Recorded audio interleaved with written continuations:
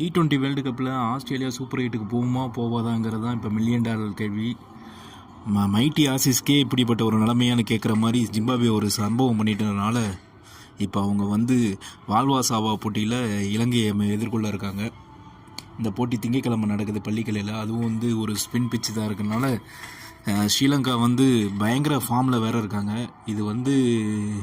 இதில் தோத்துட்டாங்கன்னா ரன் ரேட்டில் வேறு பிஹைண்டில் இருக்காங்க ஆஸ்திரேலியா. அதனால் அடுத்த சுற்றுக்கு போகிறது ரொம்ப ரொம்ப டஃப் ஆயிரும்.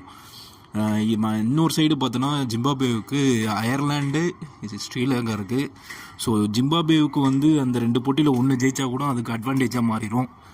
ஸோ இது அடுத்து வர அடுத்த வாரம் ஃபுல்லாக ஆஸ்திரேலியாவுக்கு மிக முக்கியமான வாரம். அது T20 வேர்ல்டு கப்பில் அது தொடருமா இல்லை பாய் பாயா என்பது மேபி மண்டேவே கிட்டத்தட்ட உறுதியாயிரும்னு நினைக்கிறேன். எப்படி இருந்தாலும் ஆசிஸை அண்டர் எஸ்டிமேட்டே பண்ண முடியாது. வேர்ல்டு கப் வேறு சொல்லவா வேணும். ஆப்கானிஸ்தானை அடித்து தான் அப்படி தான் கப்பையை அடிச்சுட்டு போனாங்க இந்தியாவை தோக்கடிச்சு.